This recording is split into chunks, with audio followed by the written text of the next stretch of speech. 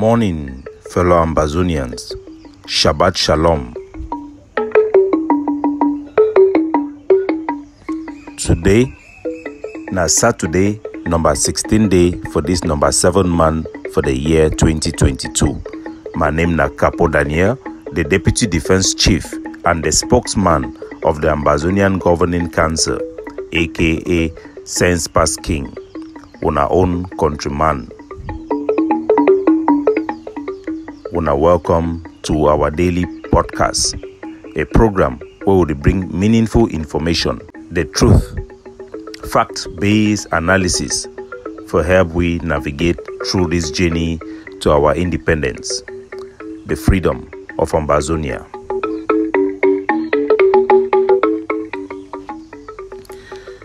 Good people of the former British Southern Cameroons, citizens of Ambazonia. The title for this episode will be called The Truth.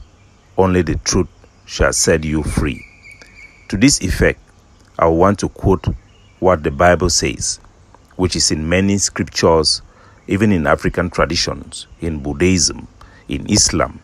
It says, knowledge is power. Information gives knowledge. Knowledge is power. Without knowledge, people perish. So the Bible says.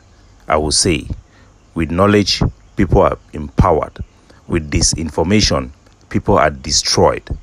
Ambazonians face a crisis of information due to our vulnerability given the years of deception, the use of mysticism and myth to promote Mr. Paul Biya's regime, which we have been living under for the past 60 years. It has become the biggest vulnerability that we have as a people. It is very dangerous to live in a society where anybody can make an audio and send it out there and it is being consumed as truth or as facts. It is now possible for anybody who is nobody, even La Republique, to send out an audio calling for lockdown in Ambazonia, and our people will sheepishly close their shops, get into their houses for a lockdown. Criminals in Ambazonia are now hiding using this vulnerability. If somebody is corrupt, steals money, or even commit a crime, and he is being exposed in Ambazonia, the only thing he needs to do is to make a counter accusation, and Ambazonians will quickly fall for it.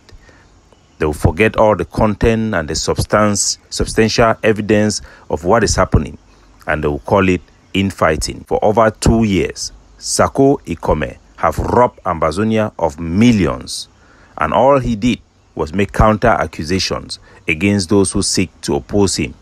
Today, over 90% of those who work with him have come out to confirm what that same 90% have been defending right from the onset, that indeed Sako was an embezzler. My country people them, I go leave una, I go take una for which way it happened.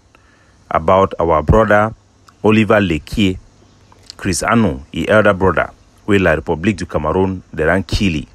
Before I go bring una the facts and the analysis in light with the title of this episode, I go on for take una back into the years. I remember when I, Capo Daniel, as an activist, I put out the first statement to inform Ambazonian that Sako Ikome, na a con man, I will almost be crucified by Ambazonians. Some of them who were just angry that I used the word a con man. Some of them could not believe that somebody could call a leader a con man or a thief. 2 years down the line, everybody in Ambazonia came to know that Sako Ikome was a con man, including Chris Anu, his lieutenant, who had been behind protecting him and covering him up for all the crimes he has been committed. Eric Tato, one of Ambazonian huge and biggest personality with followings, who was the main person that protected and guaranteed Sako the trust of the Ambazonian people for him to con them, have today declared Sako as a con man and is struggling to take Sako to court. I remember when I informed Ambazonian people that Sako had lied to them, that he has taken Ambazonian case to the Decolonization Committee in the United Nations, I was almost stoned to death. Nobody asked about the facts or even think about the possibility Sako Ikome, simply told Ambazonian that Capo is working for La Republique and blamed Capo Daniel for the so-called meeting he already had an invitation to the United Nations, when indeed that committee could not even invite somebody in the first place, which is against their policy, which is even posted on their Facebook page and as well on their website. All it could take for Ambazonians is to just verify the fact. Imagine the pain we have gone through by clinging on to false hope, paying attention to distractors and people who had nothing to offer but their large mouth. From the World Bank report to the IMF report to the report of the American government, the report of the Immigration Department of the UK, they have all stated one thing: Ambazonian revolution have been compromised by people who have struck deal with La Republique du Cameroon. Testimony from their own mouth: Ambazonians' IG have been compromised by Cameroon, who have repaid money to them through CDC and many of its corporations. Many of our soldiers have fallen victim. How do we get there? It's simply because we are vulnerable. We do not listen to advice. We have no yardstick for what is truth and what is not truth. So everybody think they can get away with anything simply because they can make counter accusations and they can cover up for their mistakes, their lie or their betrayal by simply making counter claims or counter accusation. This is very dangerous. We have worked hard in the communication decks of the Ambazonian Governing Council, me championing the cause with my colleague Lucas Asu. We have championed this cause to elevate Ambazonian standard, to insist that our people must be respected and our people must expect and also have a benchmark for what they consider as truth and what they do not consider as truth. Otherwise, it will be very difficult to save them. 2 weeks ago, I informed the Ambazonian people after I was informed that the soldiers of 7 Kata, including our top general, General A4, have been arrested by La Republique du Cameroon. I was also approached by the leadership of the 7 Kata to be informed that the A4 have been captured. I also verified on the ground, and with our ADF network, everybody confirmed that A4 indeed was captured, along with 7 other of his colleagues. They were all in La Republique du Cameroon custody after an operation in Akum, in Santa. Even the soldier who was left behind, who was wounded during that operation, also confirmed that they have been picked up by La Republique du Cameroon. The Cameroon authority decided to use these Ambazonian fighters as a bath to capture even more Ambazonian fighters. So they gave these Ambazonian soldiers their mobile phones to call back home and deceive their brothers, and even to call the diaspora and tell them that they have not been captured. After these calls were made, I was pressurized by Ambazonians from all walks of life to retract the announcement I have made that those soldiers were captured, which we did based on the audio messages we have heard from A4 and the soldiers that were with him, including Omaru. I made a post to Ambazonia to inform them that the story we posted, that these Ambazonian forces were captured, was not true, based on the information that we have coming from those soldiers themselves. 4 of those soldiers who were captured was actually seen on their bike, but it was all a trap. The fact that I maintained the post I put on Facebook page, I had increasing call to delete the post. The pressure that we had was concerning, and we decided to reinvestigate and see why were we pressurized to say that these soldiers were free. Probably it spoke us up, and in investigating this case, we realized that these soldiers were actually arrested by La Republique du Cameroon based on the available informations on a second thought, and there was probably a trap to use them to capture more Ambazonians. And we came out there to put this announcement to our people, to inform them that these soldiers from Bafut should not be trusted. Their friends was waiting for them in Mankwe. Fortunately for them, we had reached out to them to inform them that their colleagues were not free men and they were coming there with La Republique du Cameroon. And exactly the same thing happened. So La Republique du Cameroon They know they can use our vulnerability and manipulate us with lies and use it for their advantage. How long have this struggle been dragged? Because our people can easily consume garbage. They can easily be deceived. We must have a benchmark. Whenever you hear something, you must compare it with the facts that are available, with credible information, and people listen to people who have a track record to always accept facts over their own opinion or their own feelings and emotion. The reason why I have always been right, it is not because I'm a superman or because I'm perfect. I can also make mistakes, but there is one thing you should know that we have as a principle in the communication of the governing council that our leader have always reiterated at every moment. Before you put anything out there, it must be substantiated. There must be some backing in what you say. ADF, Ambazonia Governing Council officials can never go out there and put a message or an information without any substantiation. And if we are wrong, we will come back to our people. So we are credible and we have a track record, and Ambazonia should. And they have no other choice or no other alternative, given the track records we have out there, to trust us, their communicators,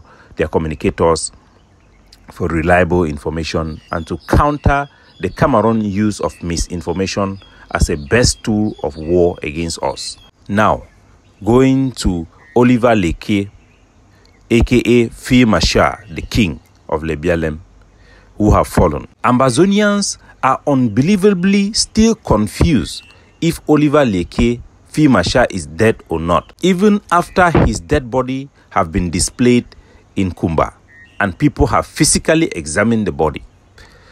But before I proceed to that, no matter our opinion about Fir Machar, no matter about the fact that he killed Simoni, that he threatens no pity, he threatens General Sagat, he killed the tigers of Ambazonia, and he committed crimes not long ago by assassinating our top transitional authority prospect in Lebialem and was a wanted man by almost everybody. Despite all this, you cannot kill a dead horse. He is dead and gone. For the sake of our people and patriotism, and as human being, we pay tribute to Fir Machar for what he was to some of our people. Like him or hate him, he had become a symbol of Ambazonia, love him or not. And for that, we thank him and we feel sorry for his passing. It was better for him to be alive. Nevertheless, let me take you to the facts. Fir Machar, Ibibi wanted by almost everybody. He had no friends because of the politics of Chris Ano, his elder brother, who have pushed him to the brink. Even Fir Machar, his group, the Red Dragon, had 3 different factions or 3 different people who have their own separate way of doing things, separate command and control from him. Fir Machar's greatest enemies when he came into these struggles were Tasang Paul and the Fon of Liwo. Eventually, Paul Tasang and the Fon of Liwo have manipulated Fir Machar to be using him full-blown as a force to provide buffer between them and the ADF camps. And not just the ADF. His forces were being used and manipulated by CPDM members as a buffer to all Ambazonian forces, kicking out even the tigers of Ambazonia away from Lebialem and used as a tribal force to send away tactical and very experienced fighters simply by using tribalism. He even become part and parcel of Tasang Paul's agenda and agents, receiving huge sum of money from them.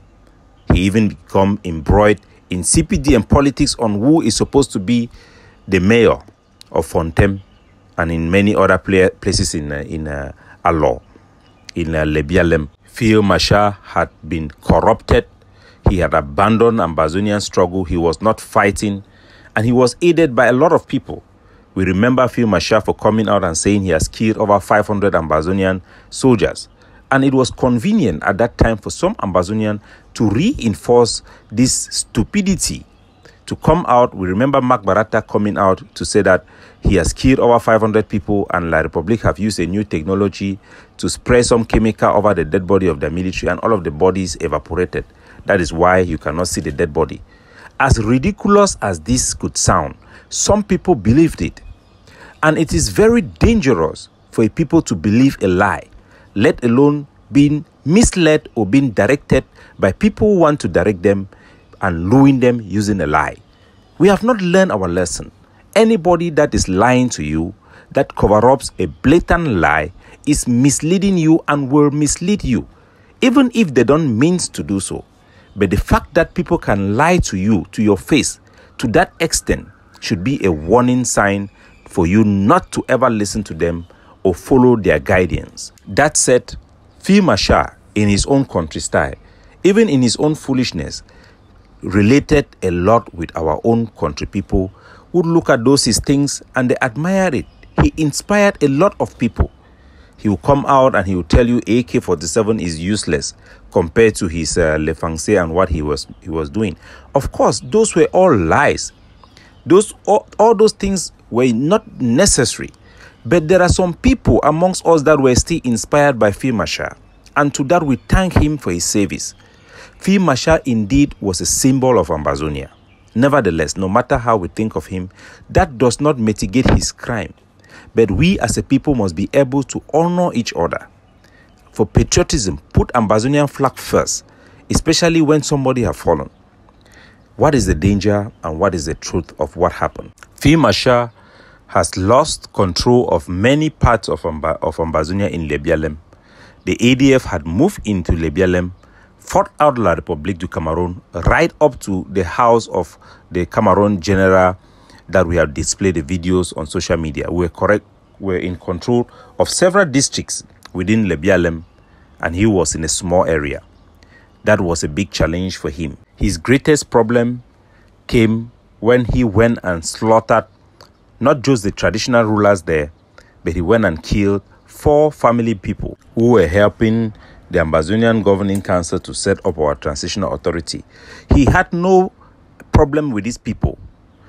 That was an area he did not control or contest, but he was bribed to pay to kill these people on behalf of some people that we know. These things are all out there. We have put the videos out there. Because of these issues and many other things he was facing, he ran away to a Tongue village, a small village there in Lebialem, and the ADF was satisfied. Just as our policy we have done with so many other forces that are adversary to us. We say if Field Marshal remains where he is, nobody will touch him. We will not attack him, despite the fact he has killed innocent people. And we advise the families to also leave him alone where he is, because we are in the middle of a war. We need everybody to fight. We need everybody to defend their block. The immediate cause of the death of Oliver Leke, Field Marshal, is Chris Anu and Marianta's IG. They were under enormous pressure because they saw no pity as a challenge and what he was doing. And so they rushed and pressurized Field Marshal to step back out of the village and come into areas where he could rally people around him, rally fighters around him, and show an image of a leader on the ground. That is the immediate cause that pulled Field Marshal out of his safety into a place where he was vulnerable, even when he had problems with the forces in the area where he was killed. Due to pressure, Field Marshal came into Takwe, where he was eventually sold by agents of La République du Cameroon that brought Cameroon military to his hiding place, and that is how he was killed. Chris Anu was informed. The people in that area who have spoken to Chris Anu also informed me. It is very shocking that I've seen information put out there by Chris Anu and Marianta claiming that they don't know about the status of their brother, and is further fueling the deception and confusion in Ambazonia. Because of time constraint, I'm going to continue in a special edition where I'll give you the facts of what actually happened in Lebialem with Oliver Leke, Field Marshal, the king. Fear not, Ambazonia. Even the fall of Field Marshal, as they say, soldier come, soldier go, barrack remain. In terms of fighting, there will be zero effect on the battlefield in Ambazonia. We will continue to march ahead, until victory will become our portion. But for the purpose of sanity, I'm going to explain to you what happened. Due to time constraint, as podcast cannot last more than 22 minutes, I'm going to end here and continue in a special edition. God bless you all. Capo Daniel, signing off.